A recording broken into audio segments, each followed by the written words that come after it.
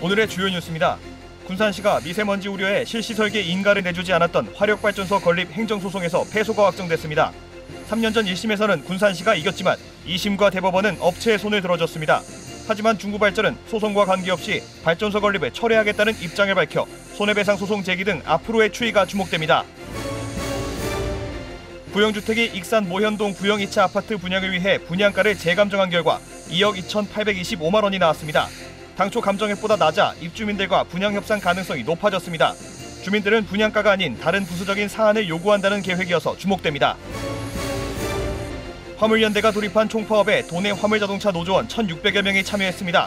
노조원들은 익산 팔봉 한솔공원과 한림공장, 군산 세아베스틸 동문, 군산항 오부두에서 천막농성에 들어갔습니다. 여러분 안녕하십니까? 11월 25일 목요일 KCN 종합뉴스입니다. 국내 코로나19 신규 위중증 환자 수가 또다시 역대 최다를 기록했습니다. 중앙방역대책본부에 따르면 오늘 오전 0시 기준 국내 코로나19 신규 확진자는 3,938명으로 집계됐습니다. 신규 확진자의 감염 경로는 국내 발생 3,917명, 해외 유입 21명입니다. 위중증 환자 수는 612명으로 역대 최다 수치를 기록했습니다. 사망자는 39명이 늘어 3,401명을 기록했습니다. 도내 코로나19 신규 확진자가 어제부터 오늘 오전 11시까지 46명 추가 발생했습니다. 지역별로는 전주 20명, 군산과 고창 각각 5명, 익산 1명 등입니다. 전라북도 감염병관리과에 따르면 도내 확진자 접촉으로 인한 감염이 줄을 이뤘습니다. 도내 누적 확진자는 6,103명으로 늘었고 감염 재생산 지수는 어제 기준 0.8을 기록했습니다. 군산시가 미세먼지 우려에 실시 설계 인가를 내주지 않았던 화력발전소 건립과 관련한 행정소송에서 패소했습니다. 3년 전 1심에서는 군산시가 이겼지만 2심과 대법원은 업체의 손을 들어줬는데요. 그러나 중부발전은 소송과 관계없이 목재 펠릿 발전소 건립을 철회하겠다는 입장을 밝혀 사업이 원점부터 재검토될 가능성이 커졌습니다. 보도에 모형숙 기자입니다. 군산 바이오에너지가 200메가와트 규모의 발전소를 짓기로 한 부지입니다. 지난 2005년 산자부로부터 발전 허가를 받았지만 3년 뒤 군산시는 발전소 건립 실시계획 인가를 반려했습니다. 그러자 이 업체는 산자부 허가를 받은 증설계획에 대해 건축 허가를 내주지 않은 것은 부당하다며 군산시를 상대로 소송을 냈습니다. 법원은 지난 2019년 1심 판결에서 군산시의 손을 들어줬지만 2년 뒤 열린 2심은 업체의 청구를 받아들였습니다. 이에 군산시는 상고한 대법원 재판에서 패소했습니다. 소송의 쟁점은 군산시의 발전소 건설에 대한 재량권 남용 여부였습니다. 1심은 목재 펠렛의 부정적 영향과 시민 건강권이 군산시의 재량권에 속한 것이라 위법으로 볼 수 없다고 판단했습니다. 반면 항소심에서는 정부 정책과 부합하는 바이오 발전을 불허한 것은 군산시가 재량권을 남용한 것으로 판단했고 대법원 역시 2심의 판단에 손을 들어줬습니다. 하지만 목재 펠릿 발전소 건설은 예정대로 추진되기가 쉽지 않아 보입니다. 목재 펠릿 발전은 미세먼지로 인한 시민의 환경과 생명을 심각하게 침해하는 행위로 대법원 판결은 시대에 부응하지 못하는 판결이라 생각되지만 앞으로 이 부지에 대한 활용 계획도 중요하므로 서로 간 좋은 쪽으로 협의하도록 할 계획입니다. 중부발전이 대법원 소송 결과와 상관없이 목재 펠릿 발전 사업을 처리하기로 결정했기 때문입니다. 그러나 중부발전이 주장하는 누적 손실액 270억 원에 대한 손해배상 청구 소송 우려는 여전히 과제로 남았습니다. 앞으로 이제 목재 펠렛 발전은 향후 중부발전에서 일단 철회를 했기 때문에 그 방향보다는 다른 신재생 에너지 쪽으로 사업 전환이라든가 영업권 양도 같은 방안을 이제 고려하고 있고요. 그리고 손해배상 같은 경우에는 이상의 논의가 필요한 사안입니다. 그래서 그런 문제도 이상을 통해서 결정할 예정입니다. 3년 만에 종지부를 찍은 목재펠리 소송. 군산시가 패소했지만 업체 측이 사업을 철회하면서 새로운 국면을 맞았습니다. KCN 모영숙입니다. 올해 벼 병해충으로 도내 벼의 절반가량이 피해를 본 것으로 나타났습니다. 전라북도에 따르면 신동진 품종을 오랜 기간 넓은 면적에서 재배해 저항성이 약해져 도내 벼의 43%가 피해를 봤습니다. 도는 벼 재배 농가의 손실을 줄이고 시중에 저품질의 쌀이 유통되는 것을 막기 위해 전량 매입하기로 했습니다. 현재까지 도내 피해벼 매입 희망 물량은 3,486톤입니다. 전라북도가 기본형 공익직불금 지급 대상을 확정하고 이달 말부터 지급을 시작합니다. 전라북도는 농업인 12만 4,290명을 대상으로 공익직불금 3,127억 원을 지급합니다. 농가당 직불금은 영농 면적이 5,000제곱미터 이하인 소규모 직불금 농가 32.2%는 120만 원, 면적 직불금 농업인 67.8%는 면적에 따라 최고 205만 원까지 지급합니다. 익산시가 다이롬 공공마켓 플랫폼을 구축하기로 했습니다. 이를 위해 초기 구축비 2천만 원을 내년 본 예산으로 편성했습니다. 시의회를 거쳐 예산이 확보되면 다이롬 공공마켓을 만들어 내년 7월부터 운영할 계획입니다. 공공마켓은 익산시 홈페이지 다이롬 앱과 연동될 예정이며 소비자들은 등록된 지역 업체 공급 단가를 비교할 수 있게 됩니다. 아울러 공공마켓에 등록된 업체들은 공공기관 계약 물건에 대한 견적을 제출할 수 있습니다.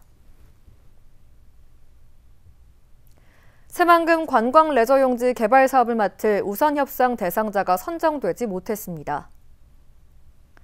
새만금 개발청은 해양레저관광복합단지 조성 공모에 응모한 3개 컨소시엄 모두 선정하지 않았습니다. 개발청은 이들 3개사 모두 기준 점수인 총점 70점 이상 평가되지 못했다고 밝혔습니다. 개발청은 조만간 재공모를 추진할 계획입니다. 익산 모현동 부영 2차 아파트를 놓고 주민들이 분양가가 높다며 반발하자 지난달 부영주택이 익산시의 분양가를 다시 산정해달라며 이의 신청을 했죠. 그 결과 당초 분양가보다 더 낮은 재감정 결과가 나왔습니다. 부영주택과 주민들은 다음 주부터 본격적인 분양 협상을 시작할 예정인데 과연 합의점을 찾을 수 있을까요? 최정호 기자의 보도입니다. 조기 분양이 추진된 익산 모현동 부영 2차 아파트. 1차 감정평가의 평균 분양가는 34평형 기준 2억 3,061만 4천 원. 이를 놓고 주민들이 분양가가 높다며 반발하자 부영주택은 지난달 익산시에 이의 신청을 했습니다. 한 달 후에 나온 2차 감정평가 결과 평균 분양가는 2억 2,825만 1천 원. 오히려 236만 3천 원이 떨어졌습니다. 한 230 정도 떨어졌죠. 그 가격 이하로 이제 합의가 되는 거죠. 재감정 결과는 부영주택과 주민들에게 통보됐습니다.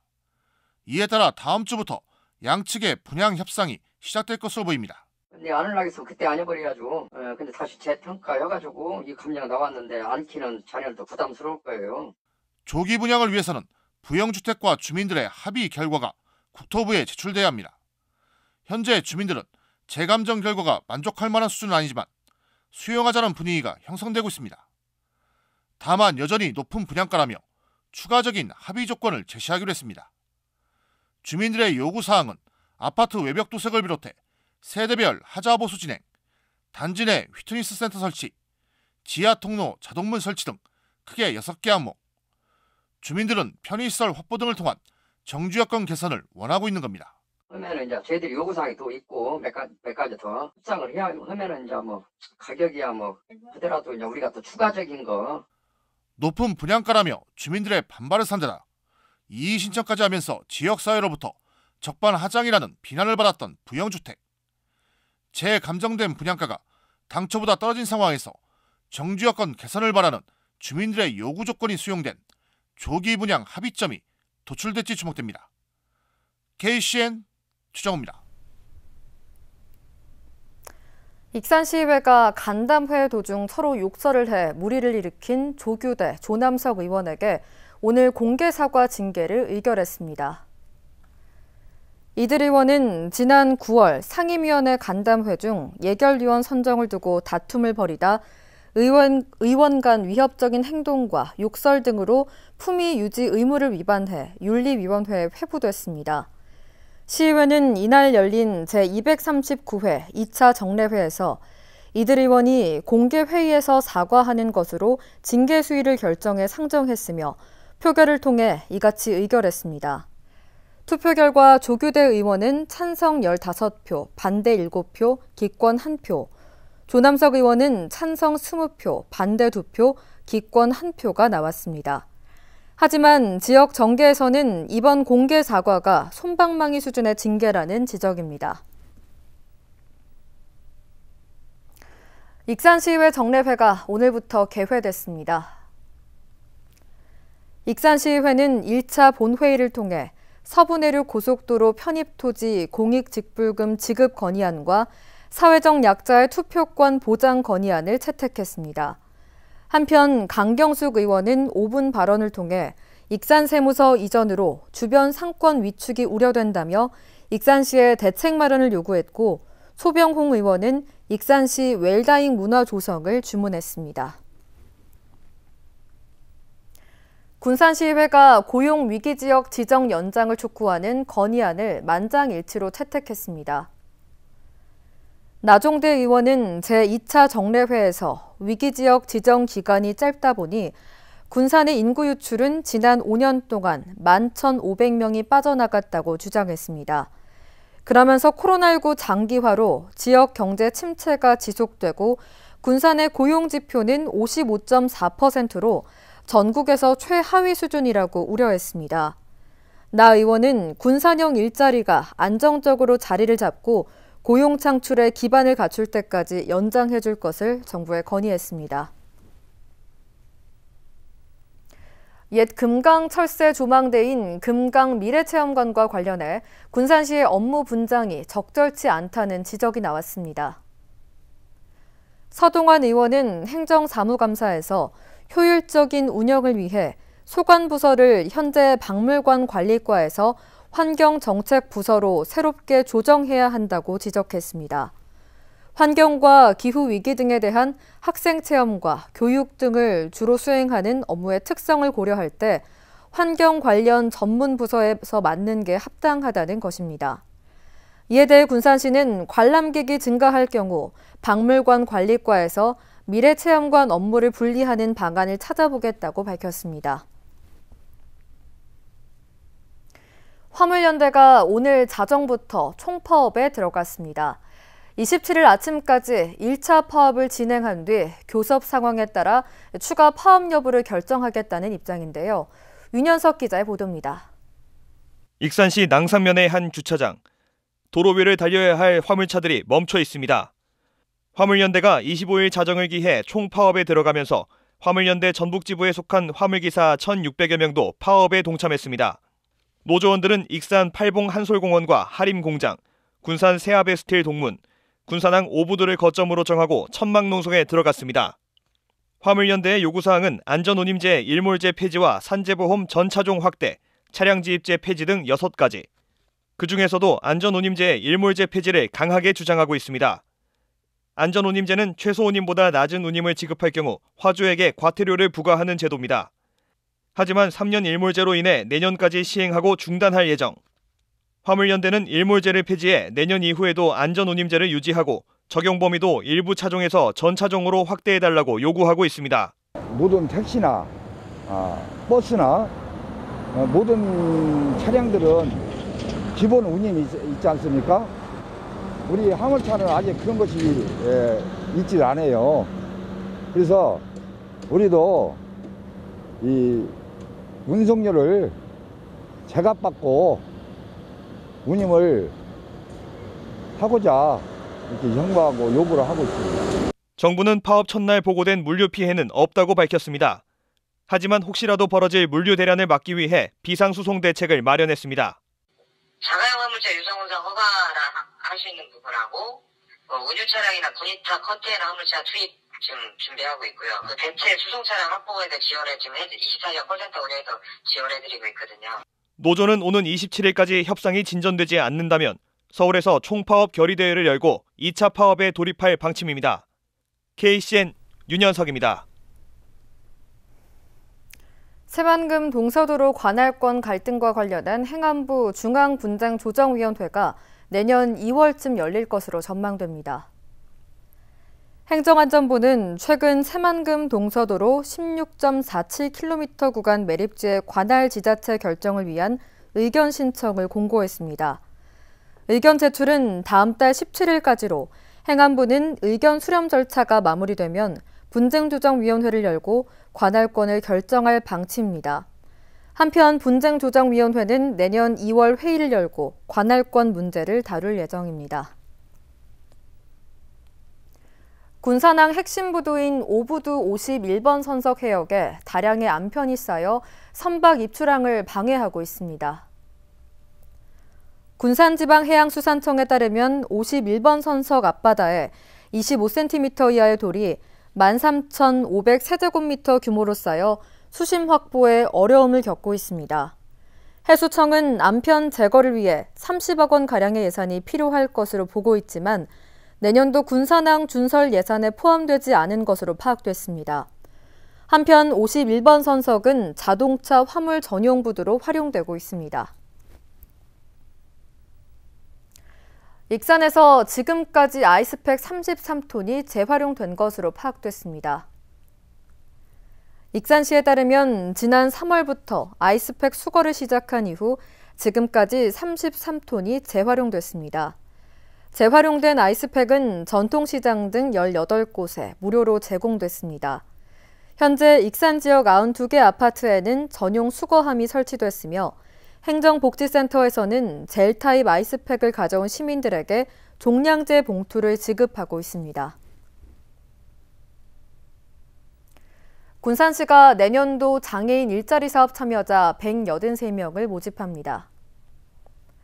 모집 분야는 행정 보조 업무를 담당하는 일반형 일자리와 환경 정리 등을 맡는 복지형 일자리, 경로당, 노인복지관을 이용하는 고령 어르신에게 안마 서비스를 제공하는 시각장애인 특화 일자리입니다. 신청 자격은 만 18세 이상 장애인복지법상 등록된 미취업 장애인으로 주소지 읍면동 주민센터에 내일부터 다음 달 6일까지 직접 방문해 신청하면 됩니다. 계속해서 전북권 뉴스입니다. 내부 정보를 이용해 도시개발지구 인근 땅을 산 혐의를 받는 전북도청 공무원이 검찰에 송치됐습니다.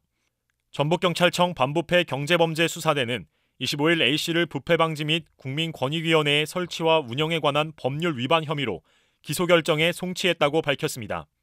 A씨는 내부 정보를 이용해 고창 백양지구 개발지 인근 논과 밭 등 9,500여 제곱미터를 지인 3명과 함께 사들인 의혹을 받고 있습니다.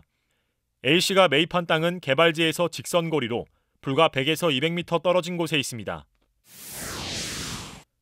송지용 도의회 의장이 도의회 사무처장에게 폭언을 했다는 사실을 인정하고 사과했습니다. 송 의장은 25일 기자 간담회를 갖고 슬기롭지 못한 행동으로 심려를 끼쳤다며 사무처장과 도민, 공직자들에게 송구하다고 말했습니다. 또 이번 일로 마음의 상처를 입은 사무처장에게는 정성을 다해 사과한다고 덧붙였습니다. 송 의장은 지난 10일 자신의 집무실에서 도의회 사무처장과 얘기를 하던 중 폭언을 내뱉었다는 의혹을 받았습니다. 경찰이 순창군 체계산 출렁다리 특혜 의혹에 대해 혐의가 없다고 판단해 내사를 종결했습니다. 전북경찰청에 따르면 전 전북도지사 비서실장 A씨에 대한 내사를 마쳤으며 입건하지 않기로 결정했습니다. A씨는 2018년 11월 순창군 부군수를 지내면서 부하 직원이었던 B씨에게서 해당 부지를 매입하도록 했고 지난해 6월에는 관광농원 사업에 대한 인허가를 받아 휴게 음식점으로 용도를 변경하면서 특혜 의혹을 받았습니다. 지금까지 전북권 뉴스 이영택입니다. 익산 황등면 용산초등학교가 교육부가 주관하는 2021 농어촌 참 좋은 학교에 선정됐습니다.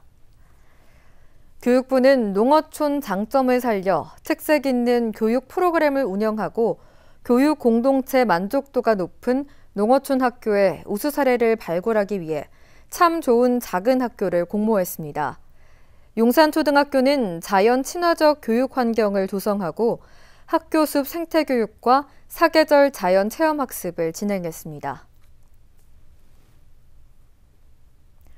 군산시가 행정안전부가 주관하는 국민행복민원실에서 우수기관으로 선정됐습니다. 시는 민원 창구별 색상을 부여해 안내 표지를 쉽게 구분할 수 있게 한 것과 높이가 다양한 민원 서식대 설치, 휠체어와 보청기 비치 등 사회적 가치를 고려한 민원 서비스 제공이 높은 평가를 받았다고 밝혔습니다. 한편 국민행복민원실은 행정안전부가 전국 지자체, 교육청 등 민원실의 환경과 민원 행정 서비스 운영 등을 종합적으로 평가해 매년 우수기관을 선정하고 그 지위를 3년 동안 인정해주는 제도입니다. 전라북도 희귀질환 관리지원 조례안이 도의회를 최종 통과했습니다. 김정수 도의원이 발의한 이번 조례는 전라북도가 희귀질환 지원 사업을 위해 관리와 치료를 지원하고 희귀질환에 대한 연구 사업과 이와 관련된 전문 인력의 양성을 지원하도록 하고 있습니다. 또한 희귀질환에 대한 교육과 의약품 생산 지원, 국립희귀질환센터 유치 추진 등을 명문화했습니다. 아동학대 예방 주간을 맞아 익산에서 아동학대 예방 기념식이 열렸습니다.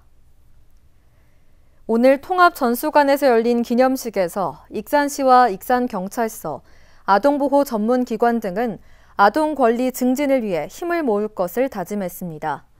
또 아동학대 예방과 피해 아동 보호에 기여한 관계자들이 표창을 받았습니다. 한편 익산시는 지난해 10월 아동복지법 개정 이후 아동보호 전담팀을 만들고 관련 조례를 제정했습니다. 이어서 우리 동네 소식입니다. 군산 인피 채만식 도서관이 오는 11월 30일 오후 2시 어린이들을 위한 마술 공연을 선보입니다. 관람 신청은 시립도서관 홈페이지에서 가능합니다.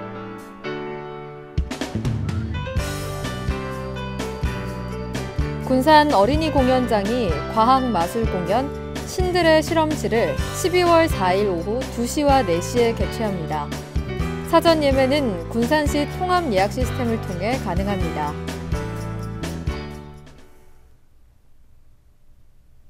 다음은 내일의 날씨입니다.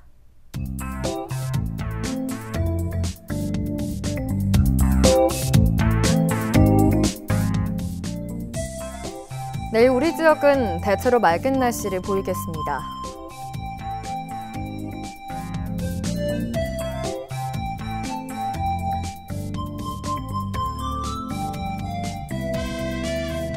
내일 도내 최저기온은 영하 4도, 최고기온은 10도로 예상됩니다.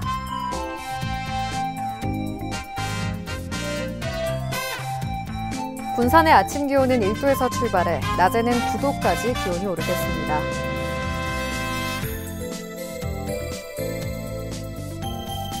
익산은 0도에서 9도의 기온 분포를 보이겠습니다.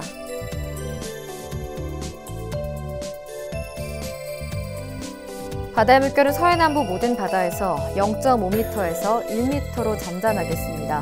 날씨였습니다.